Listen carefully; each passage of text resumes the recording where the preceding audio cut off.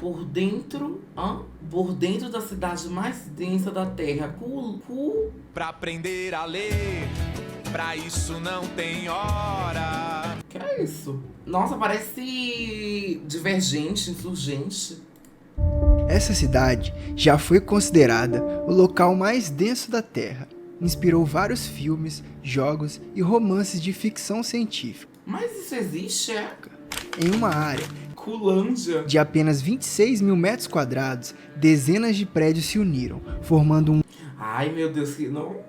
Essas fotos dão medo. Não sei porquê, gente. único organismo, oferecendo tudo o que se espera de uma cidade: moradias, comércios, restaurantes e até igrejas. Ali, poucos apartamentos tinham Nossa, imagina você tá, sei lá, na sua varanda e cair uma calcinha, uma cueca na sua cabeça. Que porra é essa? o privilégio de ter janelas e luz solar. E você, já Eu achei que era só estéreo, que não achei que era pobreza, não. se imaginou morando em uma casa sem nenhuma janela? Nessa cidade, Nossa, passada.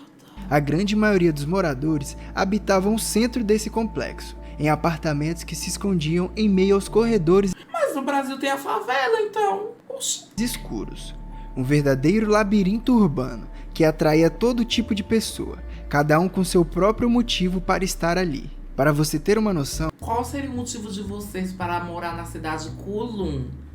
a Eu tentei pensar no motivo para ir para lá, mas não consegui. densidade populacional dessa cidade era 27 vezes Falta de oportunidade? Ai, sempre tem uma para pesar, né? maior do que a cidade mais densa que temos hoje, e 180 vezes mais densa que Hong Kong e São Paulo. Mas como foi possível a formação dessa cidade? E o que motivou Será que tem elevador? tantas pessoas a quererem morar na cidade mais densa da Terra?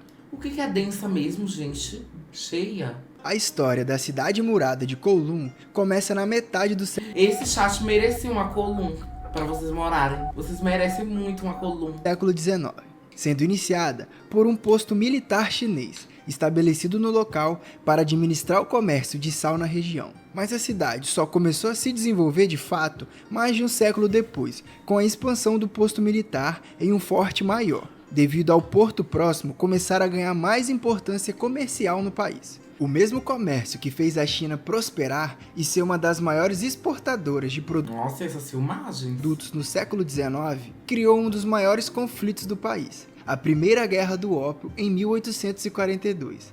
De droga, é? Neste conflito, a Grã-Bretanha saiu vitoriosa contra o Império Chinês, assumindo o controle de várias cidades costeiras, incluindo Hong Kong. No entanto, a cidade murada de Onde foi que eu vi isso? Que tinha um negócio de chá. Que o povo tava dando chá e o povo tava ficando muito drogado e tava todo mundo viciado.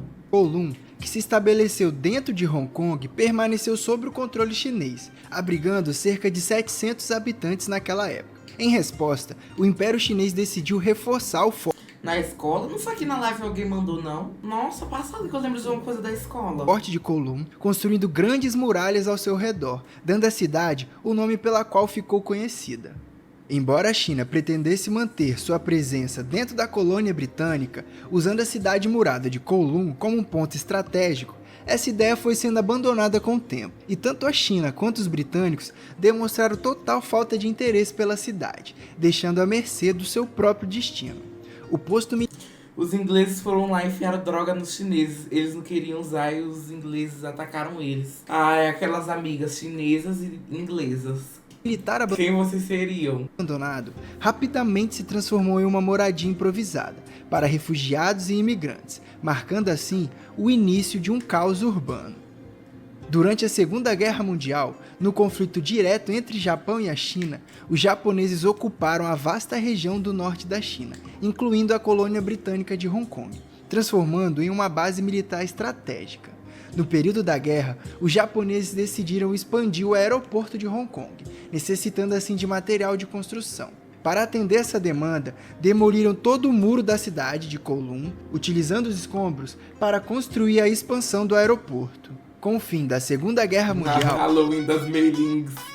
as forças japonesas se renderam e o controle de Hong Kong foi reconquistado pelos britânicos. Contudo, a cidade de Kowloon foi deixada à margem, sem qualquer controle governamental ou presença policial. Essa ausência de autoridades permitiu que a cidade se desenvolvesse de maneira orgânica e totalmente descontrolada. Atraídos pela liberdade que a região oferecia, um grande número de Pra vocês deixarem de ser abusadas. chineses buscou abrigo na cidade, tornando-se conhecida como o único território chinês livre da influência do governo de Hong Kong.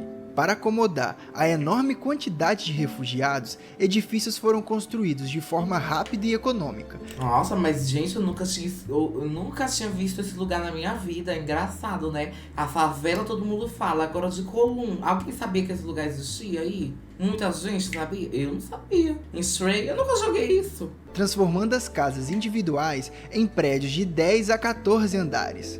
Com o passar das décadas, o labirinto de edifícios se tornava cada Hoje que todo mundo vai falar que sabia. vez mais alto e denso.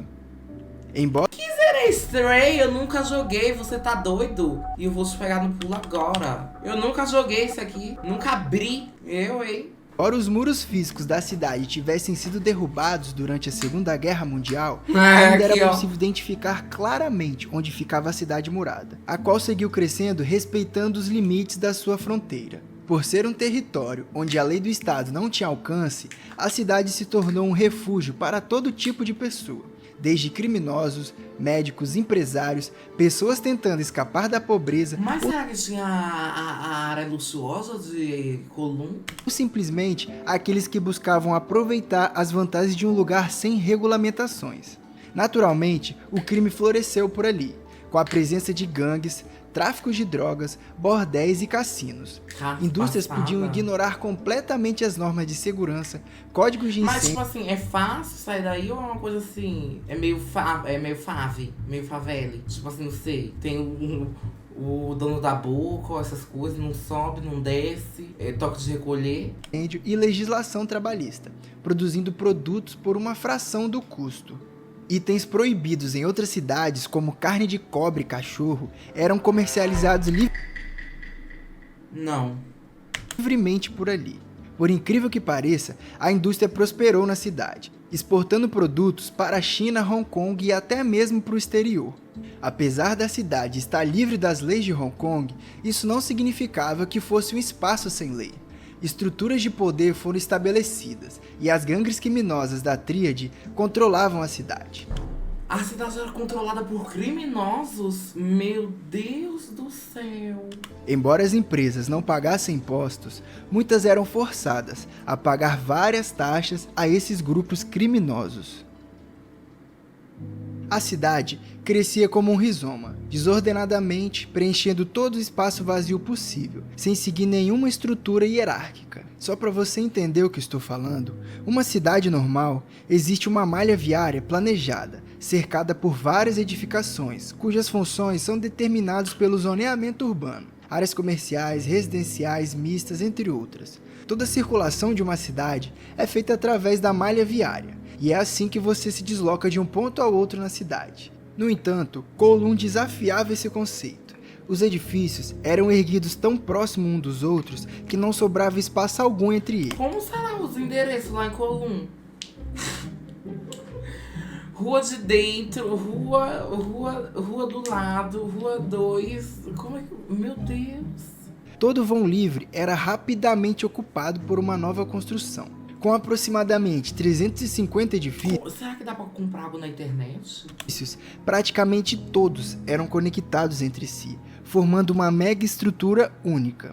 Os telhados se conectavam, formando um único telhado gigantesco. Nossa, que histérica essa foto. Eu achei chique. Até as unidades residenciais eram interligadas, fazendo parte da circulação da cidade. Lembrando bastante Nossa, pior que olhando assim dá pra fazer um parkour babado, né? Pulando de varanda. Dá pra dar a volta na cidade.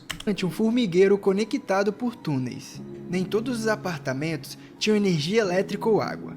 Essa conexão entre as residências permitiam que compartilhassem os recursos de uma única fonte. Isso também permitiu especialmente às empresas a expandirem de maneira estratégica e orgânica dentro da cidade. A cada novo edifício que se levantava, este era anexado às estruturas já existentes, criando novas vias de circulação, como escada e corredores, que evoluíram e se expandiam com o Gente, esse lugar ainda existe? crescimento da cidade. Seria praticamente impossível mapear toda a rede viária da cidade usando o método de mapeamento convencional, porque a circulação partia de vários pontos de conexão diferentes, tanto na vertical quanto na horizontal. Pequenas lojas de conveniência surgiram para servir os moradores dos andares superiores, evitando que precisassem descer até o térreo. Nas margens da cidade, E o elevador não tem? encontrava-se os Na favela tem elevador?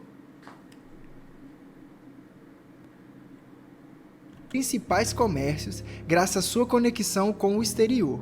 O nível do solo era repleto de lojas, clínicas e fábricas. Médicos e dentistas chineses que não conseguiram mais obter sua licença de trabalho em Hong Kong abriam seus escritórios na cidade, oferecendo serviços a preços muito mais baratos e acessíveis, o que atraía clientes de fora da cidade. Os apartamentos mais caros da cidade eram aqueles voltados para fora e para o pátio central.